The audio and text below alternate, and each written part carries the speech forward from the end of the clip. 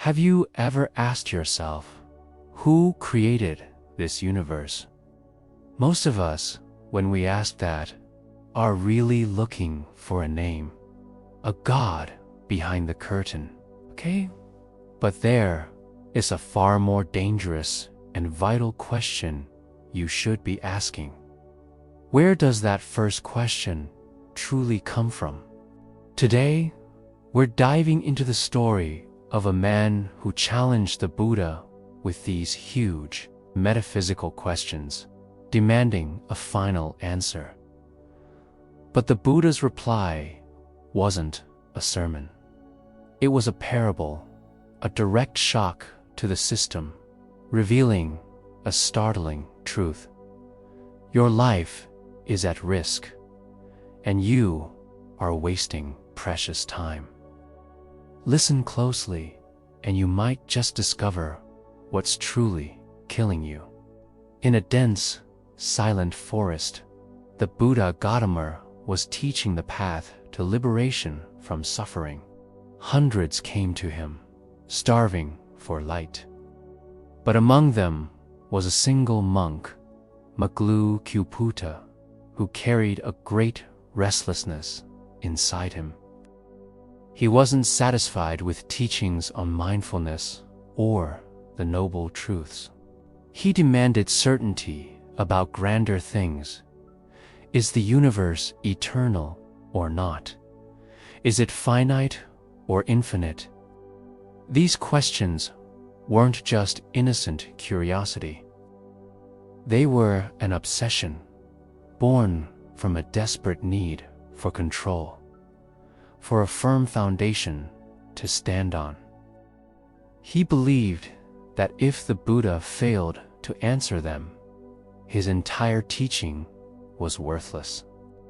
So he stepped forward, knelt before the Buddha, and his words were not a plea, but an ultimatum. "Venerable Sir," his voice trembled with inner pressure, "you have never clarified these fundamental matters. If you do not reveal to me the precise origin and fate of the universe, I swear I will abandon this path and return to the secular life." The Buddha didn't frown. He showed no anger, no concern. He simply looked at Māluṅkyaputta, his gaze not one of judgment, but like a physician seeing a patient who is refusing treatment. "Now, Māluṅkyaputta," the Buddha said in a calm tone, as if speaking to a child, "did I ever promise you that I would clarify these things? Did I ever promise that I would answer questions that do not lead to liberation?" Māluṅkyaputta bowed his head. "No, Venerable Sir, you never made such a promise."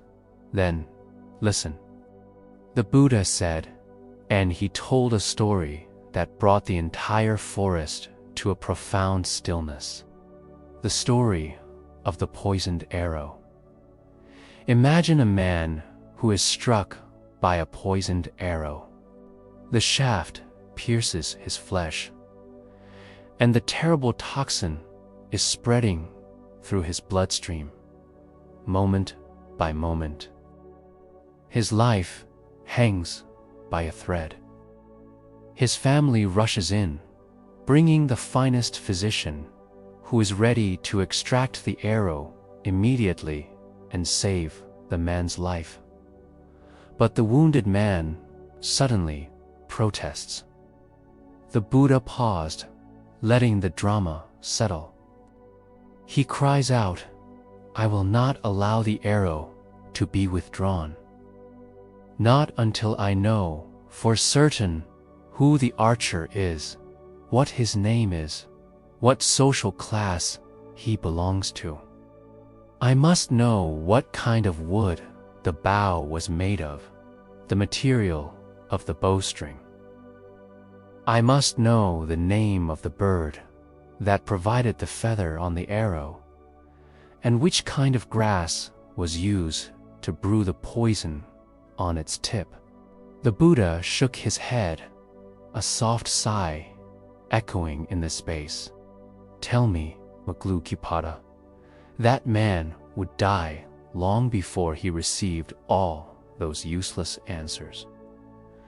The Buddha then looked directly at the monk, and his gaze became as sharp as a surgical knife. Māluṅkyaputta, suffering, aging, sickness, and death are the poisoned arrow that has pierced all of us. That is the toxin spreading within you right now. In this very breath, your questions about the eternity of the universe, about the limits of the world, they are exactly like demanding information about the archer. They do not lead to the cessation of craving. They do not lead to stillness. They do not lead to wisdom. They do not lead to nirvana. I do not speak about those things, because those things are profitless. What I do speak of is this. This is suffering. That's the arrow. This is the origin of suffering. That's the toxin. This is the cessation of suffering. That's the withdrawal of the arrow. And this is the path to the cessation of suffering. That's the healing. He concluded with words that felt like a blessing. You have been struck by the arrow. Do not waste this precious life demanding details about the archer's bow. Focus on the only thing that truly matters. Pull the arrow out. In that moment, Māluṅkyaputta bowed his head deeper. The grand questions about the cosmos suddenly felt childish and irrelevant. He realized he had been choosing death because of his attachment to useless concepts. He no longer sought the creator of the universe. He saw only the one in desperate need of healing. And in that stillness, his entire mind was cured. He was no longer the questioner. He had become the listener. Thanks for watching. If this story resonated with you, hit that subscribe button for more wisdom that can change your life.